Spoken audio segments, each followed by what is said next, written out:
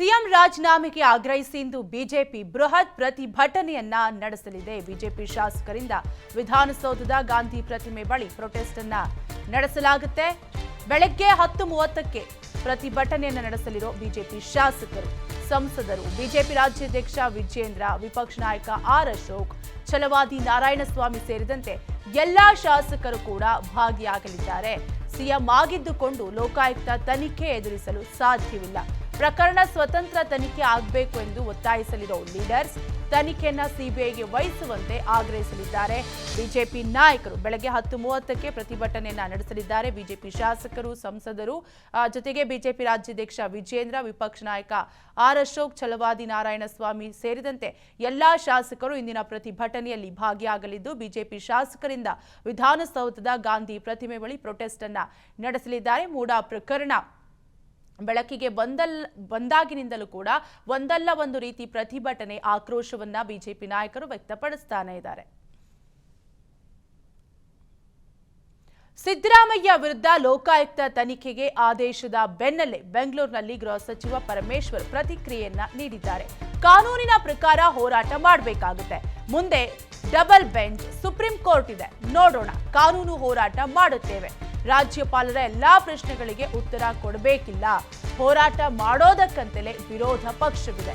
ವಿರೋಧ ಪಕ್ಷ ಇರೋದೇ ಹೋರಾಟ ಮಾಡಲು ಅಂತ ಗೃಹ ಸಚಿವರು ರಿಯಾಕ್ಟ್ ಮಾಡಿದ್ದಾರೆ. ಬಿಜೆಪಿಯವರು ಪ್ರತಿಭಟನೆ ಮಾಡಲಿ, ಅಭ್ಯಂತರ ಇಲ್ಲ ಅಂತ ಡಾಕ್ಟರ್ ಜಿ ಪರಮೇಶ್ವರ್ ಮೂಡಾ ಪ್ರಕರಣಕ್ಕೆ ಸಂಬಂಧಪಟ್ಟಂತೆ ರಿಯಾಕ್ಟ್ ಮಾಡಿದ್ದಾರೆ. ಜೊತೆಗೆ ಬಿಜೆಪಿ ನಾಯಕರು ಪ್ರತಿಭಟನೆಯನ್ನ ಮಾಡ್ತಿರುವ ವಿಚಾರಕ್ಕೂ ಸಂಬಂಧಪಟ್ಟಂತೆ ಕಿಡಿಕಾರಿದ್ದಾರೆ.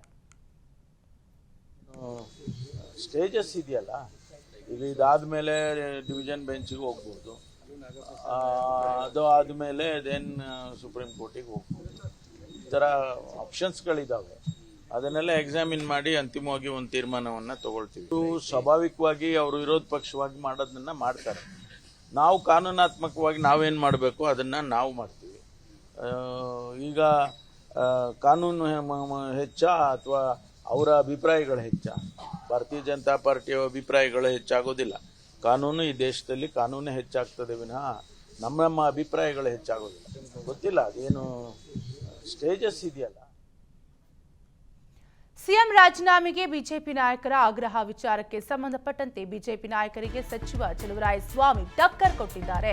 ಅವ್ರು ಹೇಳಿದ್ರು ಅಂತ ರಾಜೀನಾಮೆಗೆ ರೆಡಿ ಇರ್ತೀವ, ನಮ್ಮ ಮನೆಗೆ ಬೆಳಗ್ಗೆ ಹೊತ್ತು ಬರೋದಕ್ಕೆ ಹೇಳಿ ಕೊಡಿಸ್ತೀವಿ.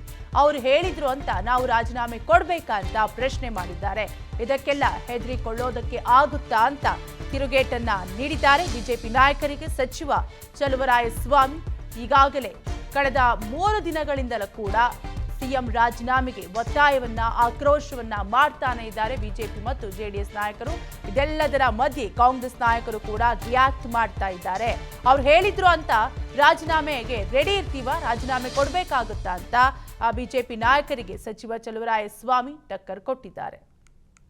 ಅವರಿಗೆ ದೇಶ ಆಳಿ ಅಂದರೆ ಅವ್ರು ನಾಗಮಂಗಲ ಗಣಪತಿ, ರಾಜ್ಯದ ಮುಖ್ಯಮಂತ್ರಿ, ಅವರು ಪಕ್ಷದಲ್ಲಿ ಎಷ್ಟು ಜನ ಬೇಲ್ ಮೇಲವ್ರೆ, ಎಷ್ಟು ಜನ ಎನ್ಕ್ವೈರಿ ಕಂಪ್ಲೀಟ್ ಆಗಿ ಪ್ರಾಸಿಕ್ಯೂಷನ್ ಕೇಳಿದ್ರೆ ಗವರ್ನರ್ ಪೆಂಡಿಂಗ್ ಇಟ್ಕೊಂಡವ್ರೆ. ಅವ್ರದ್ದೆಲ್ಲ ಪೆಂಡಿಂಗ್ ಇಟ್ಕೊಂಡು ಸಿದ್ದರಾಮಯ್ಯಂದು ಕೊಡಿಸ್ತಾರೆ.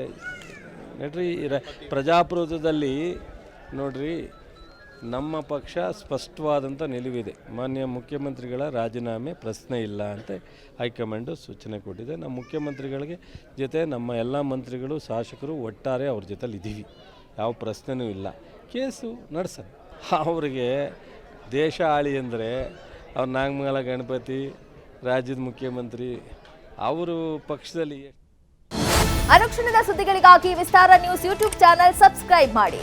ಹೊಸ ಸುದ್ದಿಗಳ ನೋಟಿಫಿಕೇಶನ್ಗಾಗಿ ಬೆಲ್ ಐಕಾನ್ ಕ್ಲಿಕ್ ಮಾಡಿ. ಲೇಟೆಸ್ಟ್ ಅಪ್ಡೇಟ್ಸ್ಗಾಗಿ www.vistaranews.com ವೆಬ್ಸೈಟ್ಗೆ ವಿಸಿಟ್ ಮಾಡಿ. ಅಂಗೈಯಲ್ಲೇ ಜಗತ್ತಿನ ಸುದ್ದಿ ತಿಳಿಯಲು ವಿಸ್ತಾರ ನ್ಯೂಸ್ ಕನ್ನಡ ಆಪ್ ಡೌನ್ಲೋಡ್ ಮಾಡಿ.